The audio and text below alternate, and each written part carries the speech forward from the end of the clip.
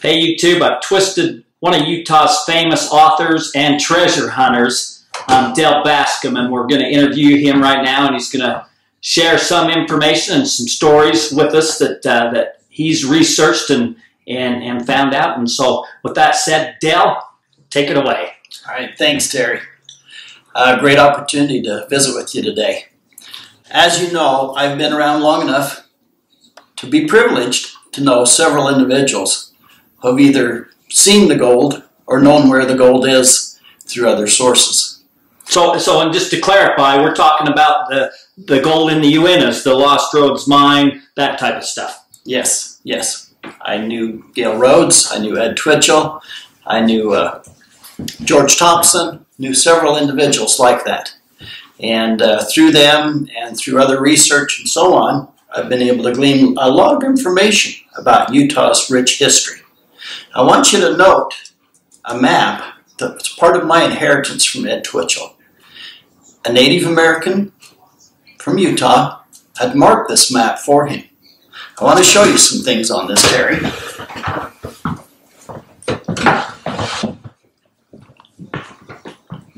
This map is a map of Hayden Peak. The scale is 1 to 60,000. And the Native American marked several things on here. He's noted that the ancient Spanish map, the baseline for the Spanish map is 262.5. Now, I don't know very much about the Spanish cartography. I've delved into it, but not been able to determine how the Spanish marked their locations.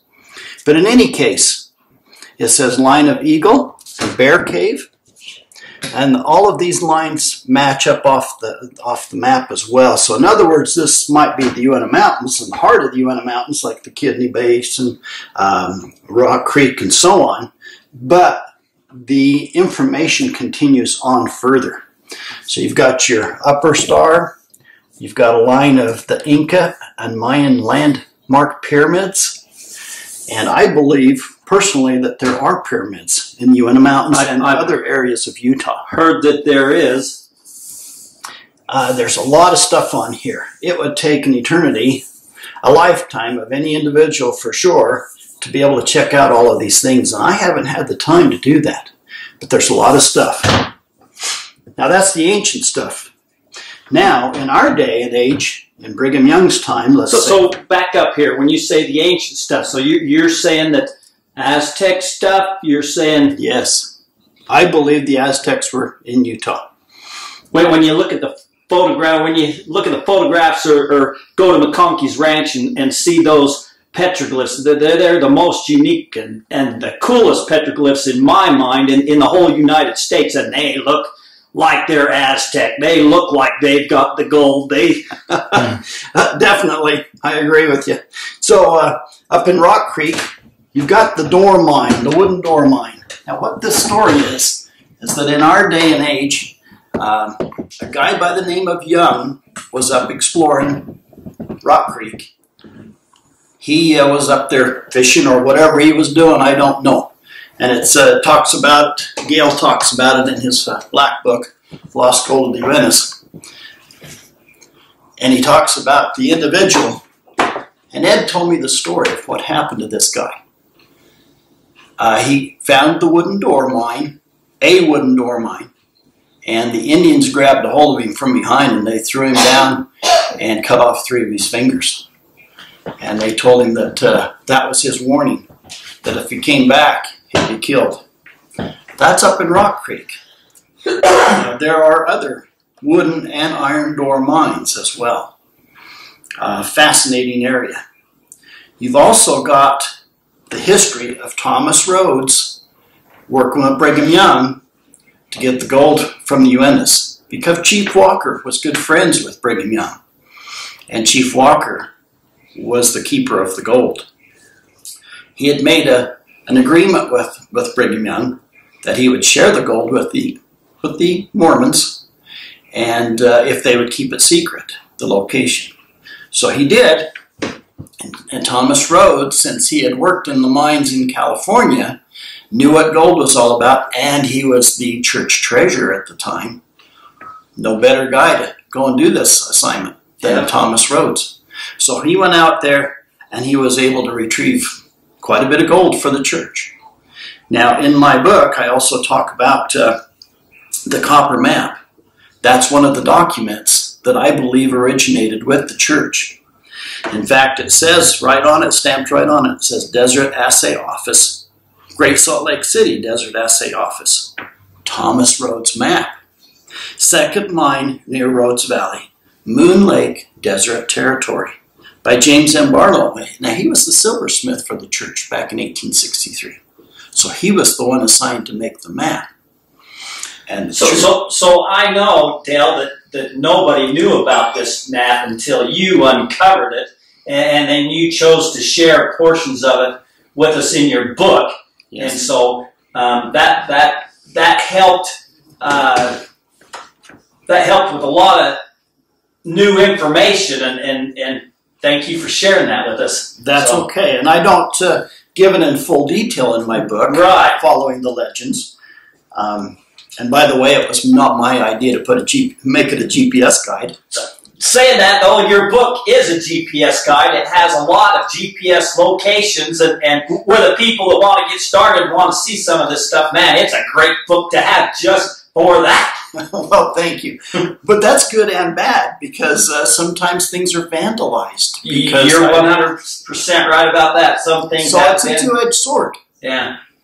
So if anybody does get your book and follow this, please do not vandalize it. Right. Things have already been checked out. It's there for the enjoyment to see the cool things. It's already been checked out. If it hadn't been, I guarantee you probably wouldn't have put the GPS location in the book. But it's still cool to see, because that is a treasure just to see what is out there. Yes. So that was Lee Nelson's idea, by the way. Ah, okay. Part owner of Cedar Fort Publishing. Yeah.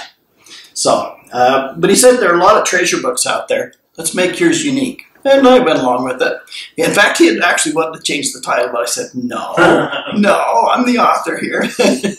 Anyway, it was good working with him and the crew. And the reason why I wrote my book is because my information was being published anyway. Yep. With or without my permission. Yep. So I decided I might as well set the slate. I agree with you. Make it work. So, I should show you a little bit about the copper map. Like I say in my book, I contacted the church, the LDS church, back in March of 2006 and asked them permission to put information about the copper map in my book. They did the research and said they couldn't prove one way or the other whether it ever belonged to the church, even though it has their name on it. So they said it was left up to me, or it was left up to me at that point. Now, the copper map is a thin sheet of copper that is very fragile in respects to how easily it's marked. I try to take good care of it if possible. It is of the Moon Lake area, but I have not literally found the mines that are designated on the map. I believe we have found a quarry where someone has mined one of the mines, the silver mine that's over on the east side. And I think the gold mine, the main one, where I think two faults or veins intersect each other, ideal place for a mine, I think that that's been covered up. Now, two individuals, I should back up just a little, let you know that there are two individuals we need to talk about here. One by the name of the bishop, and one by the name of Aaron. Now, I never got to meet these guys. Back in 1996, I had a friend, Chris Vera, still friends with him. He was in the carpentry type business. He was laying carpet. And he became friends with a guy that we later know as the bishop. So I don't know his original name. I don't know. He's dead. Both of these guys are deceased now. But he went to the bishop's house and was able to obtain quite a few maps Chris and I would share the expense. We'd each pay $25 and buy maps from both Aaron and the bishop. And we would, then I turned around and put those in the book. So when it comes right down to it, people are getting a steal buying the book for, for even $30, which I didn't set the price for, by the way. But anyway, so the copper map came from Aaron. One of his ancestors, whoever it was, or a relative, had borrowed this from the church, as I understand, and had not returned it. So I was able to buy it from their descendants when Aaron passed away. And the silver bar, which I have here, I was able to purchase from the relatives of the bishop after he passed away. Now, the bishop once upon a time was offered $10,000 for this bar. Wow. Yeah. I was able to get it for a lot less than that, by the way, or it wouldn't be in my possession. I have a replica gold bar here from the Atocha site. I want to let you know that there's a link between the Atocha and Utah gold, Utah treasure.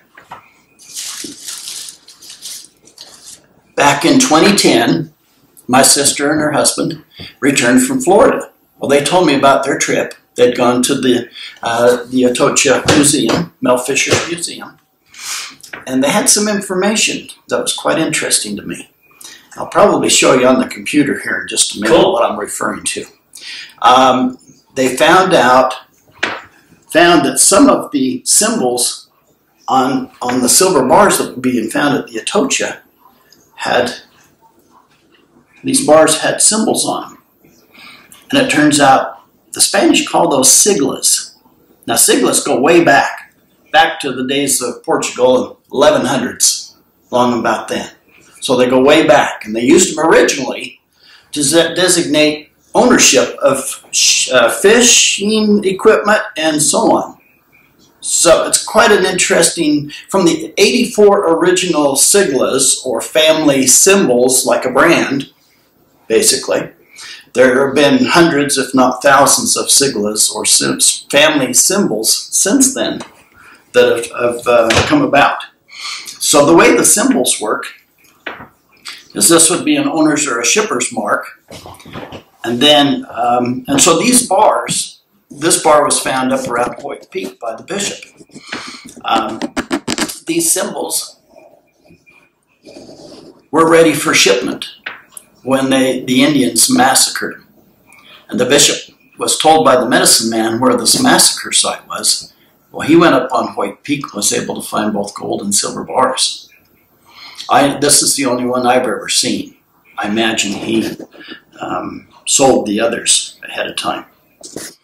There's much to learn from this bar. As you can see that it's stamped several times across so that the king's fifth could be cut off, chopped off, and it would still have many of the symbols on it so that they could tell that the fifth had been paid on it. Also, you can tell by the shape of it that that was just done in a sand mold. Probably they poured the silver directly into the sand. They just made some kind of a groove and poured it in there because it's very rough on the one side and smooth on the top side, more or less.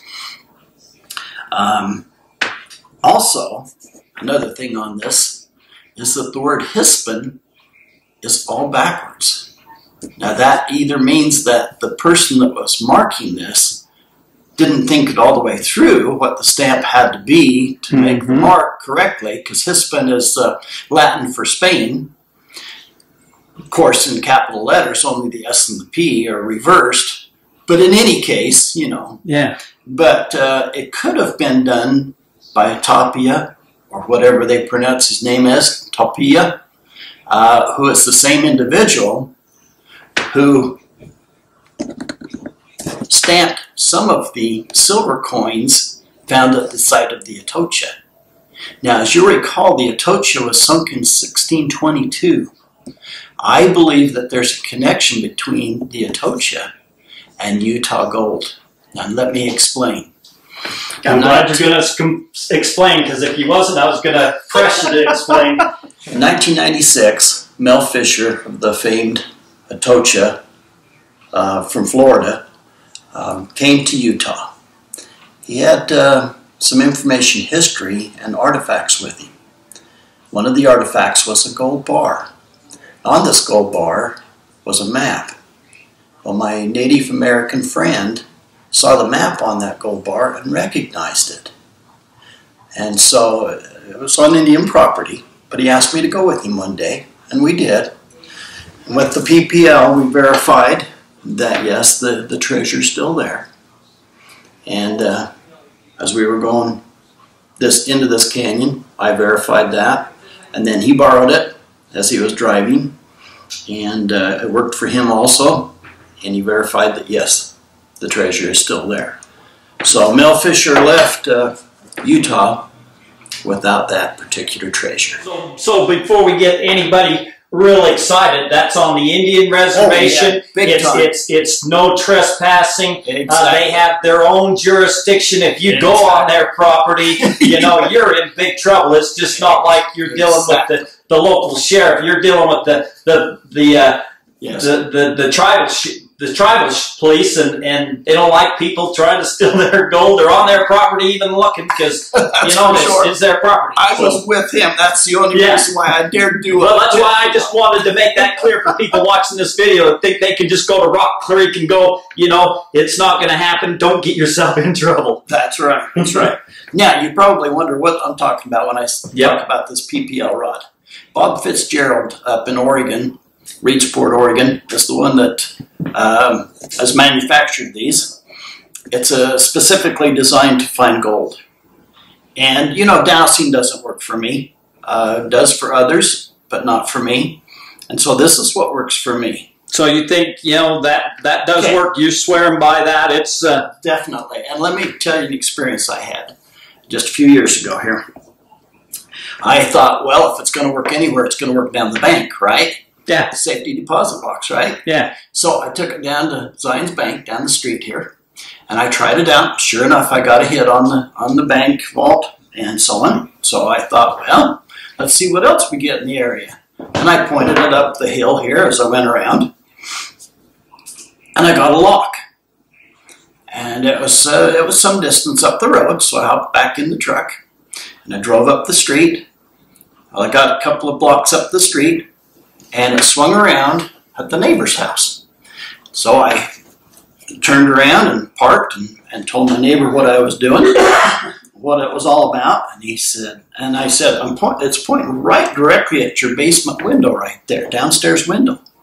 And he says, well, I'll be darned. He said, I've got a vial on the shelf right there in my room, right through that window, with 5 little gold nuggets in it. He says, you proved to me that it works. So, it's the craziest thing because you swing from left to right, and as you can see, it literally bounces to come back to this gold that I've got on the table. This is gold from the UN Mountains, by the way. I bought this from a friend, and this one a friend gave me. These are both gold from the Uintas. This one's from Current Creek, and this one, he doesn't know where the rock originated, but it was flake gold or wire gold, just in little slivers. His Native American friend told him he should take that rock and pulverize it and get the gold out of it because it was sitting out on his front porch, and he was worried it was going to walk off. In any case, I don't know if you can see that, but I go past, and right there it just locks like no tomorrow. See that? Even if my body tries to go past, it locks onto that gold. So I just want to say, in my experience, you know, that I've seen dowsers and that, right. that on something that's, you hide a nugget or gold coin or a ring, they can find it right now. You know, there's no doubt in my mind there's something to it that works, but in my experience that I've found that something that's been buried in the ground for any length of time is a whole different story.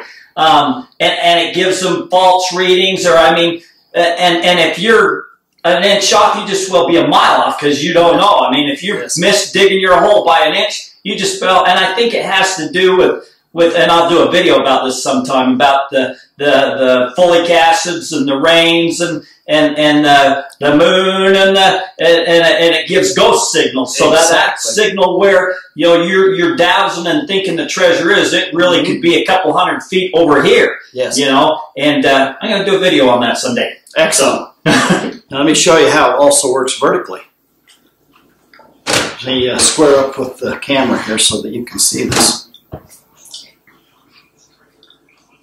If I go close to this, I don't know if you can see that or not. I can definitely feel it. Can you see it move? Yeah. Back away from the gold. Huh. Okay. And then I go right over top of it, and then it tries to do the same thing this direction, but not as strong. And you can feel a pull on that. Oh, definitely. I don't know if you can see that, but there's definitely an angle on that. Huh. When I come close to it, it's repelling it. There's a gold nugget in the tip, 5-cylinder magnets, sulfur crystals, and chemically altered sand. Hmm. And this is specifically designed for gold. He was going to design another tip for silver, but I don't think he ever did. And so let me get this clear. Have you got a stake in this thing? Do you get... Nope. It's just something that you bought, you used, and yes. you're happy with it. Yes. So back to my statement, the dowsing, and you said that you got hits in Rock Creek, but you're not 100% sure that where it was at because you never knew. So I just wondering if this is different than regular dowsing rods, and this would eliminate the ghost signals, and this would do something, or you. I don't know. Okay. I have found placer gold with it. Okay. But I've not dug up a treasure yet. Okay. Now, do you remember? But you want to admit, and I agree with you, I wouldn't admit either. So let me tell you a story. This is back in, you remember Brigham Young's time. Oh, yeah, I remember that. Right. You remember that he sent the U.S. Marshal down to Chicken Creek to check out the massacre site. Yep. The Spaniards had gotten massacred by the Indians. Okay? Remember that? Yep. Okay. Well, nobody ever seems to talk about the treasure that was involved there. Nope, they don't talk about it at all. Because the Spaniards were transporting their goods, weren't they? Yep. Okay. A friend of mine, his grandfather was friends with an Indian. The Indian told him where that treasure is. So I know which canyon it's in, approximate area. Well, from about 20 miles away, I get a hit with this rod. Now, I haven't had time to go and investigate further, but it's a strong, strong hit. Cool. I believe that I'm onto it because that's where he says it is, and this reads it. Also, I've got a video on YouTube about this out of Miller Canyon. I will put a link. That would be great. On my video to your YouTube channel so that people can see that. Right. Okay. And it doesn't work for absolutely everybody, but for most people, this works. Okay. Where dowsing probably works for very few. You know what I mean? And so it's one of those things you have to feel to believe, But in any case, yeah. Let's see. So back to the bishop. Yes. He was told by some Indian friends where some stuff was. He went up there. White Peak, you said, so I'm legal to say that because you said it. Right. And found some gold and silver bars. Yes. And from that, you talked about there was other maps that you guys purchased. Where did them maps come from? Did he make them up himself, or they things they got from? Tell me about them maps. Where did they come from? That's a good question. And some of them I know where they came from. Others I don't necessarily know. Now, the Nunez map, that's one that we purchased from him, and that's from 1761, if I remember correctly. It's in the back of the book. Anyway, the rest of that map, this is only the western half, the Camas Valley area. The eastern half is still in the archives in Seville, Spain. And the guy that was doing the research for the bishop said that he wouldn't give him the rest of the map because it belonged to Spain. The gold was theirs, not ours. So, but anyway, if anybody... So some of these maps you do have in your book. Yes, yes. And they're not doctored up. You put exactly... No. Exactly the way they were. I did. I'm not going to do that. I'll either leave a map and I just want to say, Dale, you are one of the most honest guys that I know, and I appreciate it. That's why I like you. And Thanks. And if anybody happens to know who the bishop was or Aaron was, I would certainly love to hear from you. Because someday I would like to find out what their names were. Just even though, you know, I know they're not alive anymore, yeah, I'd still like to know who they were. Right. I'm sure their descendants are still alive. I'm sure the guy that offered him $10,000 for the bar probably is alive. Could be, at least. Things like that. So, cool. And then I want to jump ahead back to you talking about Mel Fisher. You know, the Indians turned him down, but that didn't stop him from looking in the UNIS. He flew around in helicopters and was still looking, and it's rumored that he did find some things, but, you know. That's the way the rumor goes. Yep. And he had equipment that I don't have. He had access to infrared cameras and that type of technology. I don't have access to that, you know. Not on my budget, anyway. In fact, this is probably the most expensive item I've ever purchased right there. Most of my metal detectors are used and things like that. So that's just the way it goes. You know?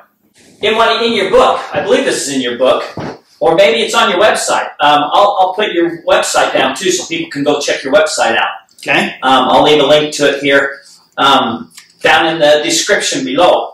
A link to your website and your YouTube channel, so people can check that out. Sounds good. But Christian Jim, the Christian Jim story. Yes. Because I have a follow-up to that story that you probably don't know. I'm not surprised. And I know a little bit more than what I put in the book. Now. Okay. So a good friend of mine, his family used to live up in that American Fork area, and this guy, Christian Jim, would actually go on his way right past their house. And they can verify that the story is true. I'll get with you sooner or later. Christian Jim was found. Oh, okay. In the cave. I've been told that he was. I think it was you that told me. Nope, I don't know that I did. Somebody did. Said that he knew somebody that had found it, but they weren't willing to share with me right now. So, that's the way life goes. We'll get together and talk. Yeah. Also, I wanted to let everybody know that the Thunderbird, you know, this map talks about the ancient stuff and the Thunderbird and the eagle and the bear and so on, the line of them. Well, the Thunderbird that's in Gail's old original black book, this picture, this Thunderbird is now pretty much non-existent. Oh, really? I was up there in 2016, and there's been a rock slide that has come down across the face of it and kind of covered it up. So I really feel bad about that. Even though I know where it is, I can barely make out anything left of it. Yeah. So it's really a shame, you know. We're losing our history. In one way or another, we're losing our history. We are. That's so important, and the reason why we need to document things that we find.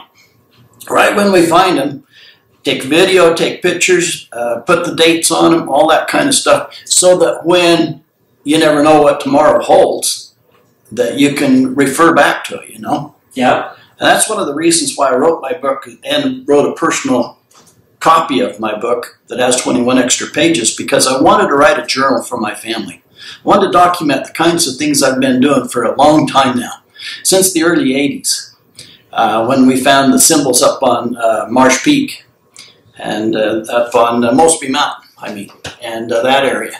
And it's fascinating what used to be there, and it's not there anymore. Yeah.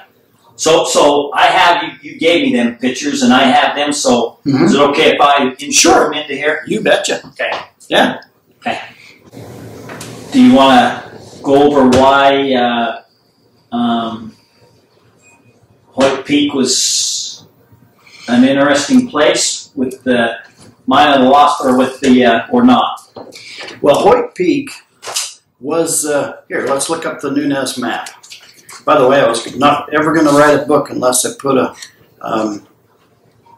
map in there, or put an index in, table of contents and so on. But the Nunez map shows the Camas Valley area. And it's from 1771. Now, the trees that we have dated around Moon Lake, do you remember the owl tree? I don't know if I've ever seen that. Have you ever been to Moon Lake? I have, but not a lot. You know, me personally, If it was written about in a book, I stayed away from that area unless I had personal information, because I didn't, one or two things I figured that everybody else would be looking, or, what was in the book, because it was, and that's back when there was a lot of things put in the books that weren't, altered maps and all that kind of stuff, and I learned at an early age not to waste my time on there, but your book, has a lot of great stuff in it. Thanks. The Nunez map covers the Camas Valley area and Hoyt Peak, and shows the fortress up there. Now, the fortress is where the bishop found the gold and silver bars. Oh, as really? well as other artifacts, yes. Found a cannonball and a Spanish spur, some things like that. And so anyway, that's an interesting area. But I was going to say that the Moon Lake owl tree, which was actually a heart tree, but the part of it's grown over, and I was keeping it secret. That was a heart once upon a time. So that's really close to the rich mine that's on the copper map and that Aaron knew about. Aaron actually went to that mine. He went down the stairs, found the hole, and it had horse manure out a ways from it. So they had horses there, Spanish had had horses, or whoever was there. And he went down the ladder, down the vertical shaft, and then tunneled back in. He had to crawl over some of the debris, like logs and stuff like that, to get back in there. But then he found the ore vein back in there. Arsenopyrite probably, but in any case, the elliptical ore body, and it had gold, was 3/4 of an inch thick. Wow. Down the side of it. Wow. And he was able to chip some of that away and bring it out. The Moon Lake is a rich area. There are, as I understand, talking to Gail Rhodes originally, there are 7 different locations in the Uinta Mountains where Thomas and then later Caleb got gold from, and up to 3 mines at each location. That means they may have had 21 mines or more. Now, some of the old maps, like the Peralta map from 1741, which I would love to have a copy of, Aaron had it, and so his descendants probably still have it, unless they've sold it or gotten rid of it. It had over 100 mines on that Spanish map, that leather map. Wow. And it had the Peralta symbol on it. As you know, the Peraltas were very wealthy. They had the mines down in Arizona. I think it's the same family. Yeah. About the same time period, for example, and so on. So that family knew a lot, and Aaron was able to buy that map from a source back east back on the East Coast there somewhere. I can't remember the details anymore. So I want to tell you a story that I heard from a guy that I met. See if it, and I might not remember it exactly right. But I'll tell you as close as I can remember. A guy that I knew, he was an avid fisherman, and he would backpack into the Uintas, into them lakes, and go fishing. And he started with his dad taking him there when he was a kid. Yes. And one time they backpacked into a lake area, and it's slipping. It's not on the top of my head right now what the name of that is. When you get my age, Dale, you'll know what I'm talking about. There we go. I'm older than you. Anyways, they got back and they started out from the Moon Lake area, and they backpacked in. Yes. Only way in there is backpack, and it's quite a hike to that lake. He said when he was a kid, he found some names and dates carved in the trees, and I could be wrong, Antonio Robideau or something like that, 17 something. Yes. And he showed it to his dad, and his dad says, that's got to be fake. There was, the pioneers never come in here until the 1800s, and them trees are not gone. But later on, he'd take his kids there fishing, and they got a late start to follow the trail. So they cut off the trail. They'd been in there enough. They knew which drainages. Anyway, they took a cut off, and they went up a drainage. And I do know this drainage, but I'm not saying that. That's okay. They went up this, and it was overcast and cloudy, and it started thundering. And when it thundered, it lit up a black bear. They seen a black bear, and they was scared. I don't know if this bear is wet, and the light from the thunder kind of shone off of its glistening hair or whatever. Anyways, it scared them. So they hunkered down and stayed right there. Well, this bear never moved. Never moved at all. They watched it for a half hour. It never moved, not 1 inch. Wow. So they finally threw rocks, and it never moved. So they go up to it, and they was far enough away that they really couldn't see what it was a life-size carving out of a boulder of a bear. Have you heard of that? Yeah, it's probably the one that's up on up by Coal Mine Basin, up in that between White Rocks, west of White Rocks, right? Well, they got to Farm Creek. I'm going to tell you, There's supposed to be one up there in any case. This was anyway. So he drew me a map to it, and I'm going to mount an expedition if I ever get some time, and I probably ought to invite you. I would love to see it. But he said another area that he went to. Mm-hmm. They went into they had to cross a swell in a mountain.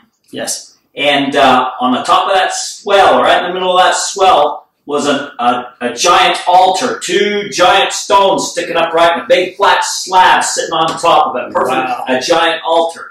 That's another thing that I want to go check out. Why, is that stone carving of the bear there and that giant altar? That wasn't put there by the Indians. There are actually more stone bears than that. Is there? I knew there was bears on trees, but I didn't know about... Right, there are some on the west side of Rock Creek as well. But that's on Indian property. Yeah. Yeah. Yeah, it's interesting, isn't it? A lot of interesting things out there. And the UNs are so vast and so thick and so dense and wilderness or area that are roadless that yes. it just doesn't get explored, and when adventurers get out there and find this interesting stuff, they don't know the lore or the history of what went on out there, and so they have no idea what it's tied to. Like when I was younger, I remember a guy.